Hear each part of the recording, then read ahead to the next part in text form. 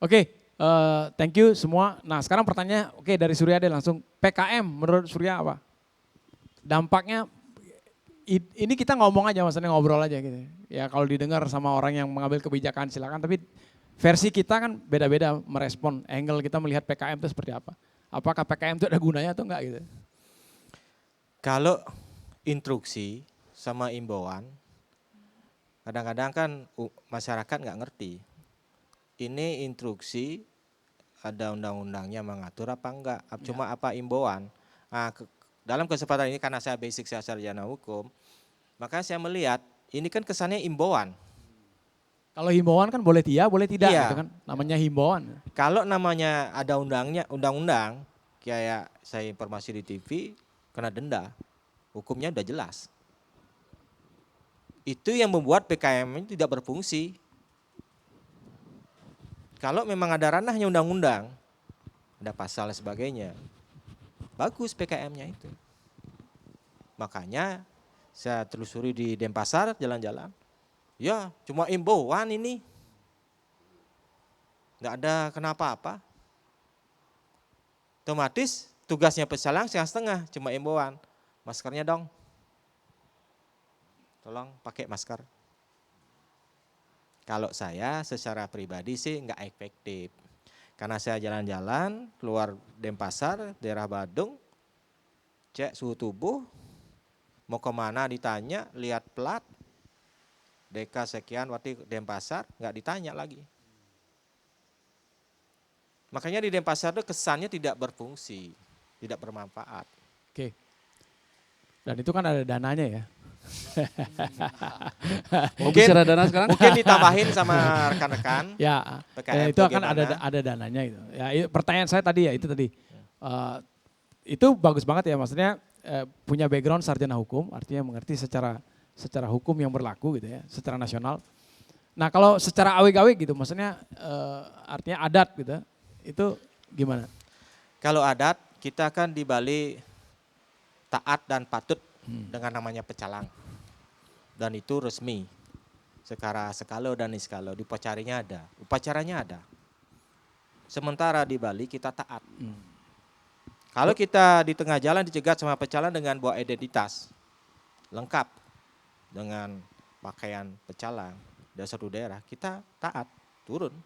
Artinya ketaatan orang Bali sebenarnya kalau saya tangkap tanpa PKM pun kita kan tetap taat kan. Taat, ya. Nah, kan gitu intinya. Jadi Karena tanpa ada itu PKM. setiap Banjar itu kan resmi dia. Karena ada upacaranya. Oke. Terima kasih buat Opet. Pertanyaannya mungkin nggak PKM deh. Harapan buat pemerintah deh. Ini kan kayak tadi PKM tuh ada anggarannya gitu ya. Nah sekarang kan ada anggaran, penerima BLT nggak? Jangan-jangan Opet terima beras nih tiap bulan nih. Badannya tetap gede soalnya, 10 butir telur terus tiap hari. Harapan buat pemerintah apa? Ya harapan kedepannya sih buat pemerintah, kalau saya ya pribadi, mesti pemerintah sebenarnya seperti apa yang dikatakan tadi bukan hanya sekedar imbauan. Ya, ya. Memang betul dia perintah, jadi perintah dan itu ditaati oleh warganya. Semakin longgar kita, semakin lamalah kita seperti ini. Ini dilema kadang-kadang pemerintah dengan masyarakat. Di satu sisi pemerintah pengen menyelamatkan nyawa masyarakatnya. Ya betul, betul. Di satu sisi masyarakatnya nggak tahan. Udah mulai di medsos ngomong perlu makan lah, perlu inilah. Memangnya lu mau ngasih gua makan, ini. Ya kalau masih masyarakat kita seperti itu, ya semakin lamalah kita seperti ini. Coba dari awal yang namanya pandemi ini kita memang betul-betul mau disiplin, sudah terdeteksi di mana-mana kantong, itu sudah bisa diminimize. Tidak seperti sekarang ini sudah liar. Jadi maksudnya Opet, yuk kita disiplin sama-sama, nggak apa-apa nih kita sengsara seminggu, benar-benar disiplin, kita diem aja di rumah gitu, gitu maksudnya Opet kan ya? Betul, itu yang kita mau. Kalau mau disiplin, oke, ayo kita disiplin. Berapa? 2 minggu? Ya 2 minggu memang betul-betul kita disiplin. Tapi dengan catatan pemerintah juga bekerja. Implementasinya ke bawahnya nyampe. Kadang-kadang maksud dari pemerintah bagus, yang di bawah ya nggak bisa. Ya. Karena mereka kan bukan di bidangnya. Jadi mereka tidak tahu SOP di lapangan. Jadi si A tugasnya diberi kewenangan sebagai ini, dia tidak tahu kewenangannya sampai mana, tugasnya apa, kewajibannya dia apa. Kalau itu kita mau bisa kita jalankan, lebih cepat kita bisa. Ya. Wah, kayak ya sering terjadi lah ya. Maksudnya sebagai pemimpin gubernur Pak Koster gitu, maunya programnya ini nih. Ya implementasi di bawahnya kan dia perlu orang, nggak mungkin dia gitu. Nah, orang-orang ini yang kemana-mana gitu maksudnya. Ya, sama seperti PKM ini, mungkin maksudnya bagus, apapun itu pasti maksudnya bagus. Pemerintah maksudnya bagus untuk menekan jumlah korban, penyebaran virus corona itu ya. virus ini. Tapi yang saya lihat implementasinya ke bawah, orang-orang yang melaksanakan di bawah itu tidak tahu SOP sama sekali. Jauh dari apa yang mungkin semestinya yang mesti dia lakukan. Jadi akhirnya ya terbuang percuma, apapun yang dia lakukan itu hanya sia-sia, hanya sekedar orang melihat formalitas dan itu kembali membuat antipati masyarakat. Betul. Mulai masyarakat antipati jadi ya. Ya kalau udah ngomongin keputusan umum masyarakat gitu kan kita nggak bisa bilang iya semua atau tidak semua, pasti ada yang suka, ada yang enggak gitu kan biasa. Oke, terima kasih Opet buat Ngurah. Sekarang gimana pemerintah di mata Ngurah untuk ke depan harus mesti ngapain gitu? Pas Jangan lewati yang kemarin-kemarin, udahlah. Kita ke depan mesti ngapain pemerintah gitu. Pertanyaannya pas tuh. Apa yang saya pilihkan jawab pertanyaannya pas. Pas kopinya maksudnya. Ya, pas. Jadi sebenarnya gini, mungkin saya tambahin sedikit yang Om Opet dulu, karena ini nyambung. Jadi saya kurang setuju di kondisi seperti ini. Ini asik nih kalau kurang setuju biasanya. Ya ini media paling suka nih. Istilahnya kurang setuju tuh gini. Kontroversi. Kan sekarang PKM kalau nggak salah hanya ada di Denpasar. Kalau tidak salah. Ya betul, PKM Ya kan? cuma ada di Badung, Denpasar. Gianyar beda lagi. Makanya saya kurang setuju dengan di penanganannya ini memakai sistem otonomi. Contoh umpamanya Denpasar dapat sumbangan, Badung enggak. Ya sama aja kita, itu juga saudara-saudara kita, masa di Denpasar udah hidup, di Badung enggak. Sebenarnya kalau menurut saya, Bali ini kan dari sekian kabupaten ya sentral lah jadi satu. Ya kan? Jadi Denpasar dapat, yang lain harus dapat. Jangan nanti pemimpin-pemimpin kita memajukan daerahnya sendiri. Ya kan? Nah sehingga yang satu daerah ini aman, satu daerahnya nggak aman ya namanya Bali kayak satu tubuh, satu sakit ya semuanya sakit. Kalau menurut saya sih sekarang ini pemerintah harus sudah berpikir ke depannya jika memang terjadi hal-hal begini harus tersentralisasi. Buang dulu ego masing-masing, singkirkan dulu hal itu, jadi tersentralisasi sehingga apa yang dapat di daerah A, di daerah B harus sama. Jadi sekarang ini kan masing-masing jalan sendiri gitu. Nah mungkin itu masukan kita buat pemerintah ke depan. Nah jadi kalau yang masukan yang lain mungkin saya berpikir begini. Bali ini kan menjadi daerah pariwisata. Nah kalau menurut saya lagi melihat teman-teman di pariwisata ini udah dapat menurut informasi ya bantuan. Nah kita di dunia event mungkin di Bali belum ada yang teriak ya. Kita nganggur sudah sekian, terus karena di dunia event itu kan bukan hanya pekerja hanya sound system, lighting, panggung, enggak. Di sana ada ya security, ada pekerja seni, terus transportasi, banyak pokoknya. Kalau kita dengar, ini kan baru kita dengar nih, Bali katanya adalah surganya pariwisata. Terus penghasil devisa sekian. Nah dengan kondisi begini, buat pelajaran ke depannya adalah mesti harus dipikirin apa yang mesti dilakukan buat Bali begitu mengalami hal ini akan lebih kuat lah. Supaya nggak kayak sekarang hanya himbauan aja. Mungkin kita sadari lah pemerintah kita aja nggak siap apalagi pemerintah kan itu. Semuanya nggak akan siap. Tetapi minimal dari pemerintah adalah buat apa namanya itu perbaikan ke depannya. Jadi maksudnya ke depannya pemerintah Bali punya satu regulasi atau punya ide atau punya kebijakan untuk pendapatan per kapitanya, Iya, jangan betul. hanya tergantung dari pariwisata. Gitu kan. Betul. Gitu ya. Jadi harus sudah mikirin ke depannya itu sehingga next kita ada masalah-masalah seperti ini kita udah siap. Sama kayak orang di Jepang udah terbiasa ada gempa ya mereka udah siap. Karena pemerintahnya ngajarin. Ya, ya, ya. Nah, jadi kayak seperti itu edukasinya yang harus di apa namanya dibuat. Oke, saya nanya sekarang nih, kira-kira nih, nah idenya udah ini. Ide yang ada di pikiran Ngurah kira-kira kalau pemerintah Bali nih mau bikin satu sumber penghasilan selain pariwisata, nah yang bisa digarap di Pulau Bali apa? Kalau saya mikirnya ya satu harus pangan, daerah kelahiran kita nih, negara nih kan masih Kita tuh siapa? Kita tuh lebih dari satu. Kalau kita. saya dan Mas Jepi kan dari negara. Nih. Ya kan? Nah, negara ini kan Personal banget. ya, jadi harus dikembangkan jadi kekuatan pangannya Bali lah. Sekarang ini kan yang kita dengar Tabanan kan gitu. Nah, negara sudah harus mikirin lah harus ke depannya bagaimana. Sebenarnya nggak hanya negara ya, kalau kita Ya. lihat lahan-lahan mati nih di Bali banyak banget kan. Nah itu kalau dihidupin, sebenarnya kan ketahanan pangan kayak sayur hidroponik deh. Nah, mungkin Aldo juga mulai bikin sayur hidroponik. Ini kan supply ke hotel-hotel semua. Kalau ini pariwisata udah jalan lagi kan bagus banget. Itu bisa sumber. Apalagi ya, Ra? Kan laut kita kan punya laut juga kan. Ya sebenarnya. lautnya udah eksploitasi sebagai pariwisata aja. Nah iya, maksudnya ke depannya kan jangan tergantung pariwisata aja gitu. Jukung-jukung kan nelayan sudah males nyari ikan karena dipakai pariwisata. Ya. Tapi kunci pokoknya nih selain pemerintah. Jadi kalau kita jadi orang Bali janganlah kita hanya pemakai. Kalau orang bilang kan ya kita juga harus sebagai pelaku, jangan hanya pemakai aja. Sehingga sekarang ini contoh kita makan harus beli. Ya orang-orang kita kan bisa kita hitung.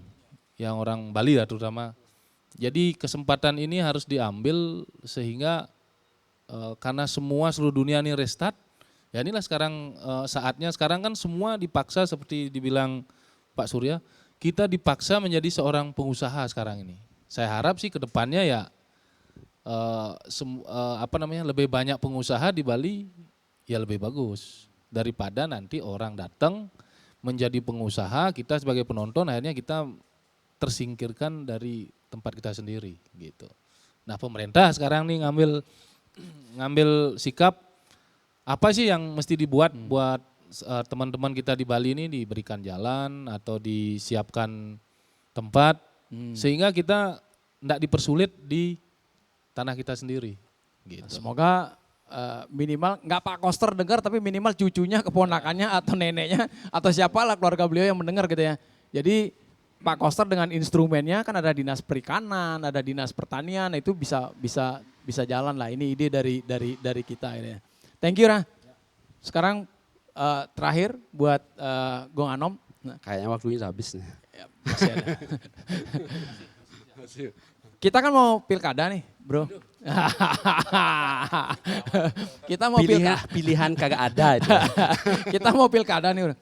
Ada nggak kemungkinan? Jadi, bro kan udah jalanin nih, yang live konser segala macam. Jadi, pilkada kan kemarin-kemarin kan tetap ada yang namanya live konser itu kan bagian dari instrumennya pilkada untuk meraup suara, kan gitu.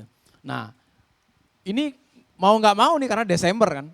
Mau nggak mau pasti situasi protokoler COVID apa ya ini pasti harus ada. Nah ada nggak ide? Nah ini mungkin aja didengar nih sama calon-calon bupati atau calon-calon gubernur nantinya lah untuk mereka mensiasati ya ini tadi digitalisasi ini tadi. Gitu. Gimana caranya gitu? Mereka mau menyampaikan suara, pilih saya dong gitu melalui biasanya kan ya artis di atas terus mereka naik panggung kan gitu. Kayak tadi kita ngobrol juga kan sama Opet tadi, yang bayangin kalau artis cemplong bisa disusupi mereka gitu, mereka kayak gitu. Kalau saya sih melihat dari pengalaman ya, sebenarnya saya nggak setuju menggunakan musisi itu sebagai ajang politik. Nah, ini bagus nih. Dalam Nggak arti, setuju, nggak setuju. Bagus nih, nggak karena setuju. kenapa? Setiap partai politik memilih musisinya siapa. Nah, jadi dari pengalaman akhirnya kita akan menjadi di kotak-kotakkan. Misalnya Biasanya Lolot Band sama ini. Lolot Giri Praste gitu aja deh langsung gitu Juni ya. Agung Ah, sama ini. Setelah sama situ selesai, Mantre. setelah siapa yang menang, jadi musisi yang Langsung tidak, aja. musisi ikut kalah juga. Dalam arti ya tidak dikasih main lah, ya dijadikan sebagai victim itulah. Saya tidak setuju. Kalau memang mau menggunakan kesenian atau musisi ya gunakan yang lebih universal fair aja. Dan Dalam itu arti- terjadi ya, Rah, di negara Sudah di terjadi. negara kita, Rah ya. Yang Joni Agung nggak jadi main hanya gara-gara berbeda pandangan politik Ya, gitu aja gitu. ya. Sayang banget punya pemikiran seperti itu karena seni itu tidak bisa dikotak-kotakkan. Dalam arti Setuju, setuju. musisi, saya respect dengan musisi ya, kasihan banget kalau musisi kalau dijadikan untuk ajang politik untuk mendapatkan tempat dan menggunakan musisi itu sebagai ya senjata ya. Seperti buat saya sih tidak cocok, kasihan mereka. Dan untuk kedepannya buat saya sih kalau saya tidak begitu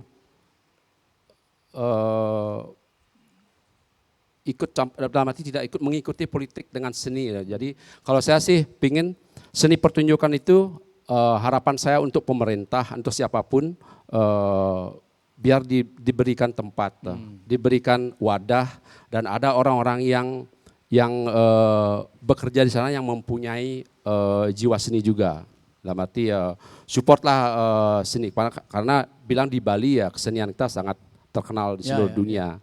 Jadi saya sebagai pekerja seni saya sangat berharap dengan pemerintah bisa mensupport seni apapun itu, mensupport seni biar kita bisa terus mempunyai kreativitas. Ya. Ya. Dari saya harapan kalau masalah politik, masalah pilkada itu entah kalau nanti online ya seperti apa. Ya harapan saya jangan menggunakan musisi sebagai senjatamu untuk mendapatkan. Tapi nyoblos tetap. Ya, nyoblos tetap nyoblos. Nyoblos ya. Cuma itu aja sih. Artinya nggak setuju, berpolitik praktis, tapi Ya, berpolitik sebagai praktis, hak ya. warga negara tetap nyoblos. Ya. Yang lain tetap nyoblos kan ya. Ya. Oh my.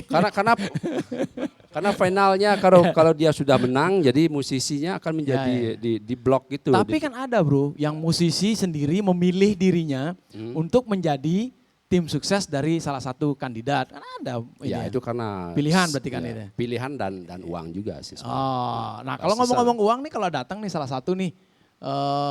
satu kandidat nih datang nih, Gung, saya mau mencalonkan diri. Ini ketika Anda dikasih kepilihan gitu dengan datang dengan segepok uang, terima nggak? Kalau saya jujur enggak. Oh, Ya. catat ya. Ya, tolong dicatat aja. Ah, catat nih. Saya yang tidak- nonton, Karena yang karena lihat saya- catat ya. itu akan membunuh diri saya sendiri. Ya, Ya. oke. Dalam arti saya akan nanti hanya berlaku untuk satu orang, untuk yang lain karena saya dari awal mempunyai jiwa berkomuniti, jadi saya tidak mau ikut satu orang politik apapun itu. Seni tidak mempunyai politik. Paham. Jadi seni itu sendiri kalau udah ada terkontaminasi politik itu taksunya kan pasti dia berkurang dia ininya taksu. Oke teman-teman, terima kasih semuanya. Kita berbahagia banget hari ini kita bisa ngobrol yang tidak pernah kita ngobrol. Ini kita udah menyinggung banyak hal ya, dari kita ngapain, terus ide-ide ke depan sesuai dengan profesi kita mau ngapain, sampai ke politik juga dikit-dikit dah. Minimal pemikiran-pemikiran yang mungkin teman-teman yang tahu kita mungkin ya, wah ternyata Opet ternyata keren juga pemikirannya ya, dengan virtual tadi atau Ngurah dengan ide-idenya kepada pemerintah, atau Pak Surya dengan ternyata baru tahu nih motivator dengan pencerahan, oh ini tuh bedanya gitu. Jadi kan orang-orang juga karena ketika kita memberikan sesuatu ke masyarakat, kadang-kadang kan justifikasi dari masyarakat itu kan bias dia. Jadi masing-masing beda-beda angle-nya gitu. Jadi orang jongkok belum tentu buang air besar, tapi disangka buang air besar gitu, kira-kira gitu dengan Gong Anom tadi. Terima kasih semua, sampai ketemu nanti dan kita berdoa bersama, kita bisa lalui ini dengan jauh lebih baik. seperti kata Chrisye dengan lagu judul Badai Pasti Berlalu. Terima kasih semuanya.